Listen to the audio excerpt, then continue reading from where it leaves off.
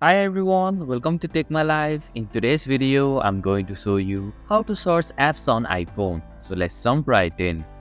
First, swipe down and open the search tab on your iPhone. Once you are in the search tab, tap on the search bar and type in the name of the app you are looking for.